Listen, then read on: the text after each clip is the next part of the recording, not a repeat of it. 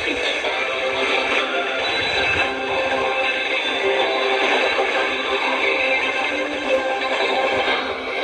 Amis et fidèles auditeurs, bienvenue et merci d'être à notre écoute. Publication jeudi de l'encyclique du pape François Dilexit Nos, qui nous a aimés. Les documents portent sur l'amour humain et divin du corps de Jésus. Nous en parlerons dans l'actualité de l'Église, qui nous conduira aussi au Tchad, où a eu lieu une visite pastorale du Monseigneur Giuseppe Lapiazza, nonce apostolique en République centrafricaine au Tchad, qui était accompagné de Monseigneur Edmond Ditangan, archevêque d'Infamina, visite effectuée dans quelques services du complexe hospitalo-universitaire Le Bon Samaritain, confronté à des difficultés. L'actualité sociale et politique en Afrique nous conduira notamment en Tunisie, au Niger, au Tchad. Nous conclurons cette édition par les nouvelles de l'Église en Congo et en Kirundi. Encore une fois, bonne condition d'écoute de nos programmes que nous émettons depuis la cité du Vatican. Radio Vatican, France et Afrique, Stanislas Kombashi. Dilexit Nos, qui nous a aimés. La 4e encyclique du pape François a été rendue publique jeudi. Les textes qui portent sur la dévotion au Sacré-Cœur de Jésus développent l'amour inconditionnel de Jésus pour l'humanité et invitent à persévérer dans la mission avec la tendresse de la foi. Les comptes rendus, Jean-Charles Poutsoulet. 4 ans après Fraternité et sur la fraternité humaine, François enrichit le magistère d'un document sur ce qui pourrait être considéré comme le moteur de la fraternité, le cœur de Jésus, l'amour divin de celui qui nous a aimés en premier et pour lequel nous apprenons à aimer. François explique qu'en rencontrant l'amour du Christ, nous devenons capables de tisser des liens fraternels, de reconnaître la dignité de tout être humain et de prendre soin ensemble de notre maison commune. Tout lié, répète régulièrement le Saint-Père, tout comme sont liés donc ces 3 dernières encycliques, lesquelles ensemble offrent une plus exhaustive compréhension de ce pontificat. Dans un monde blessé par une utilisation anti-humaine de la technologie, les guerres et les déséquilibres socio-économiques, François propose de revenir à l'essentiel, l'amour du Seigneur, capable d'éclairer le chemin du renouveau ecclésial et de faire quelque chose de significatif à un monde qui semble avoir perdu le cœur et qui se laisse disperser par des rouages qui ne s'intéressent pas au sens de l'existence. Or, le cœur, l'essentiel donc, est celui qui nous distingue et qui façonne notre identité et qui nous met en communion avec les autres. Une relation qui n'est pas construite avec le cœur est incapable de surmonter le morcellement de l'individualisme. Le cœur, dit François, peut changer le monde. Merci Jean-Charles. Le synode sur la synodalité se poursuit au Vatican. Comme indiqué au cours du point de presse dans la salle de presse du Saint-Siège mercredi, les journées de jeudi et l'après-midi de vendredi sont consacrées à l'insertion des modes, c'est-à-dire des amendements au texte du document final par les personnes qui en sont chargées. Tous les membres du synode se retrouveront samedi dans la matinée et après-midi pour les 2 dernières congrégations générales. La lecture du document final aura lieu samedi matin et l'après-midi interviendra l'approbation et les salutations finales.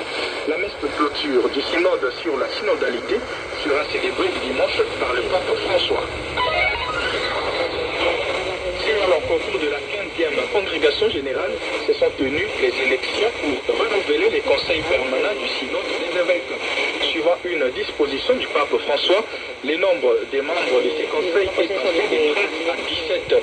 Ils ont été élus parmi les évêques diocésains et éparchiaux, un des églises catholiques orientales, un de l'Océanie, 2 respectivement de l'Amérique du Nord, de l'Amérique latine, de l'Europe, de l'Afrique et de l'Asie. À ces évêques s'ajouteront 4 membres nommés par le pape. 2 Africains ont été reconduits dans ces conseils.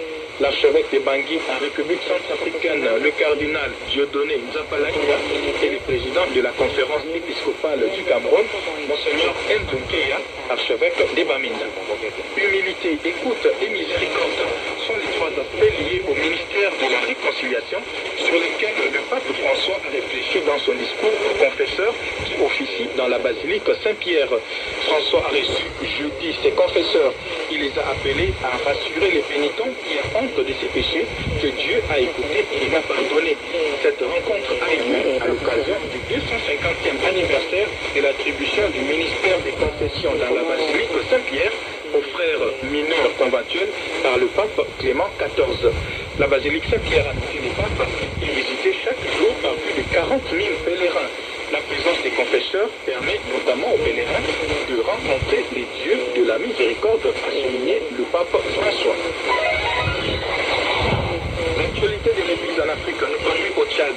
Monseigneur Joseph Elateste, nonce apostolique en République centrafricaine et au Tchad, ainsi que Monseigneur Edmond Kitanga, archevêque de N'Djamena, ont visité mardi dernier quelques services du complexe hospitalo-universitaire des Bons Samaritains dans la sud-diocèse de N'Djamena, dont les services de la maternité éprouvent quelques difficultés pour son bon fonctionnement.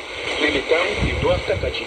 Apporter le soutien moral et financier au personnel soignant qui fait un travail remarquable sur le terrain, mais également confronté aux nombreuses difficultés et le motif du déplacement de mon service qui est déplacé et de mon Edmond Kitanga dans le service de la maternité de cet hôpital. Avec une capacité de 28 lits, 14 sages-femmes et plus gynécologues, la maternité accueille 7 à 8 nouveau-nés au quotidien, totalisant ainsi plus de 200 naissances par mois. Lors de cette visite, les nouveau-nés et les personnels soignants ont reçu la bénédiction des le personnel soignant, le nonce apostolique en République centrafricaine et au Tchad, Monseigneur Joseph Elateste, invite ces derniers à l'espérance et à tenir compte à leur engagement. Vous savez que la santé, Es fantástico, pero creo que el trabajo lo tenemos que hacer desde que nous devons chercher sont les vrais chemins pour construire le futur de la société. Beaucoup des enfants, beaucoup des jeunes dans la route, c'est l'espérance pour le futur de la société. Je voudrais remarquer avec vous la Vierge Marie, qui est la mère de Jésus ici, mais aussi la mère de l'espérance. L'espérance que c'est de changer. L'espérance qu'il y a la possibilité de changer du monde meilleur pour vivre la fraternité.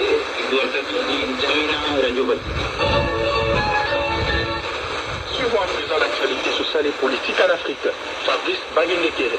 Une vaste opération policière menée dès l'aube jeudi dans la région métropolitaine de Tunis a permis de démanteler une organisation criminelle dédiée au trafic de drogue, conduisant à l'arrestation de 205 personnes.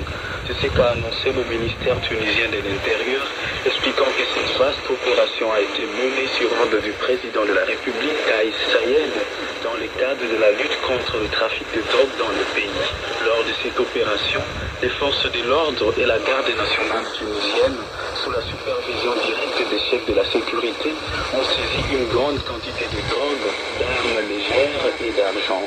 L'ancien premier ministre du Niger, Hama Amadou, un des dinosaures de la politique du pays, est décédé mercredi à Niamey à l'âge de 74 ans. Annonce faite jeudi par plusieurs de ses proches. Jeudi, les hommages fleurissaient sur les réseaux sociaux pour celui qui a été à 2 reprises Premier ministre du Niger de 1995 à 1996 sous la présidence de Mahaman Ousmane, puis de 2000 à 2007 sous Mamadou Tanza. Le Niger en larmes. Hama Amadou, l'homme de tous les combats les plus, a titré le quotidien L'Enquêteur sur son site. Le Tchad et la Centrafrique ont signé un protocole d'accord visant la création d'une force mixte de sécurisation des frontières. C'est ce qu'a annoncé mercredi le ministère tchadien des Affaires étrangères sur sa page Facebook. Ce protocole a été paraphé par le ministère de la Défense des deux pays au terme de 4 jours de commission mixte à Bangui, selon la même source. Le Tchad et la Centrafrique, qui partagent une frontière de près de 1200 km, ont par ailleurs signé 3 projets d'accord portant sur la sécurité, le règlement des conflits et le rapatriement des réfugiés.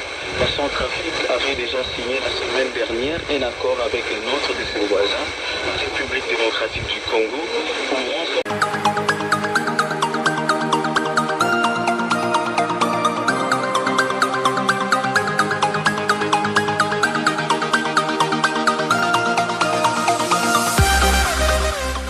and we'll fly.